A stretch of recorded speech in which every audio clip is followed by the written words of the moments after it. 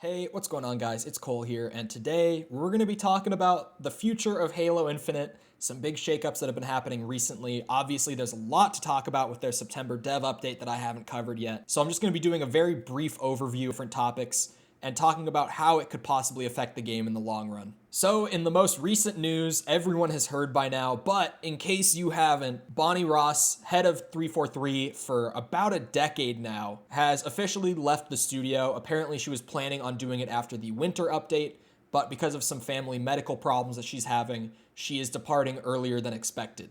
Now, there's been a lot of mixed reaction to this. Obviously, some people are saying she's been there for a decade. She has a lot of experience with the franchise. It's still someone who is obviously not great to lose. But there have also been a lot of people who have been upset with how slowly Halo Infinite has progressed, and they feel that changing up the leadership might help with that. And I kind of agree a little bit, but at the same time, I'm in the middle, where it's like maybe a change in leadership will be for the best for the game. But also, Bonnie Ross has been at 343 for over a decade, since its inception, since they started on Halo 4, so it's a little over a decade. She's been there for maybe like 12 years or so. She's been there for a long time. She has a lot of experience working on Halo. She's been through Halo 4, been through Halo 5, she's been through Halo Infinite. That's still someone who's rough to lose because that's 12 years of experience that you're losing. However, this has been followed up by some incredibly positive news because the man that's taking her place is named Pierre Heinz. Now, if you don't know this name over at 343, this is the guy who has been leading what I normally refer to as the MCC Revival Project. He was not the head of the game when they were working on it initially. However, the team that went back starting in like 2017, I believe, 2018-ish, and was fixing the game, making the matchmaking work again, adding Halo Reach, porting the games to PC, adding all the new features that we have now, the new armor, the upcoming cut content from 20 years ago. This guy is the guy who's been doing that. Peter Heinz is a legend in the Halo team. In my mind, the work that this man has done to pull MCC back from the most embarrassing project Halo ever shipped into one of the very best, that speaks a lot to his experience in leadership and how effective he is. I think that even if we lost 12 years of experience with Bonnie Ross, this is probably the very best man that they could have put in her place, and I'm very excited to see the directions that he takes Infinite in the future. And on top of that, in the short term, there's some unfortunate news about Halo Infinite's future. I'm not going to talk too in depth about it because I'm pretty late on this, but obviously, Season 3 got delayed into next March.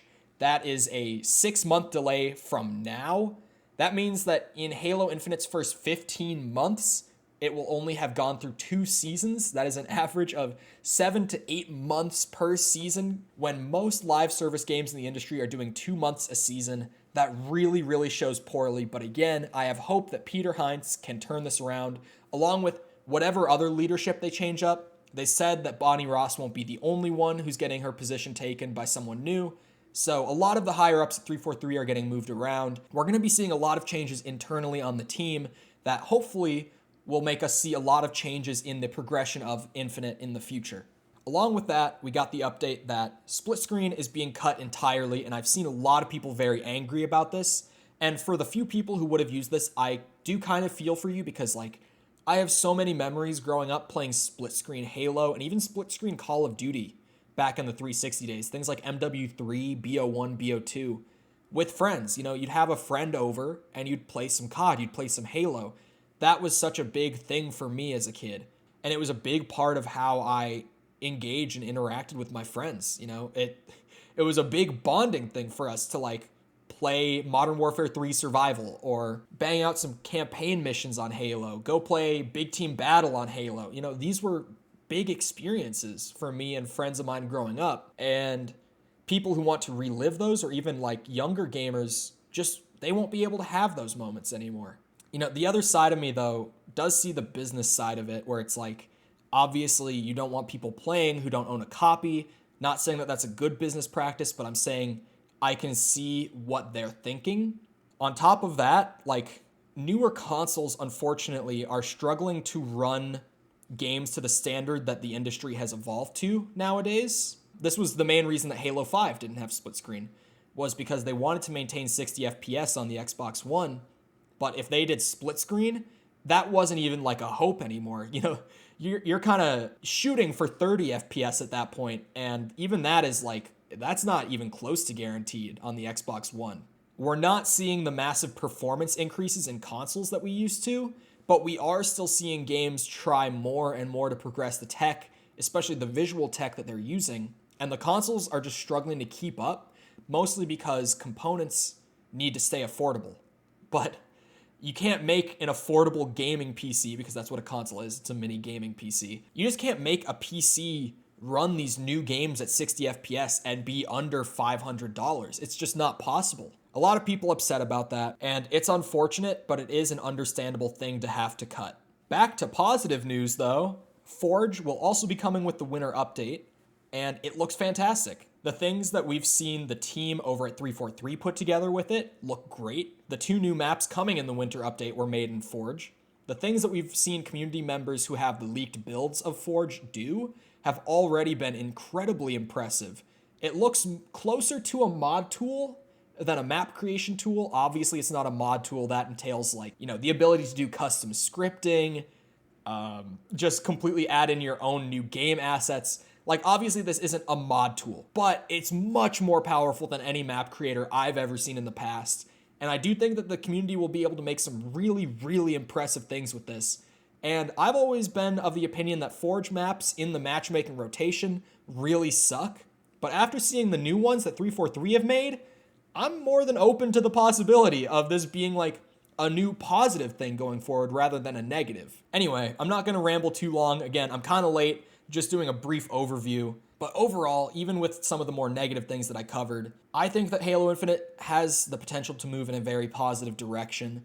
I don't think that we're going to see that really come into full swing until March when Season 3 drops. I think that the winter update will add some stuff, but it won't be that big, massive step. I think post-Season 3 is when we're going to start seeing the effects of that new leadership. That's when the content that they are starting to work on will actually start being rolled out, and I think that's when the game will really take a step in the better direction. The direction that we've all been hoping for almost a year now. I think that we're still 6 months out from that, but I think that it's in sight. I think that I'm seeing things start to come together the right way, and I'm really excited for Halo Infinite. I really hope that they can turn it around, because I have been struggling to play Infinite for the last year or so. The gameplay that you've been seeing on screen is incredibly rusty, for the record, because I have not played the game since like Season 2 came out, whenever that was. I don't even remember when that was, to be honest with you. I played a lot at launch.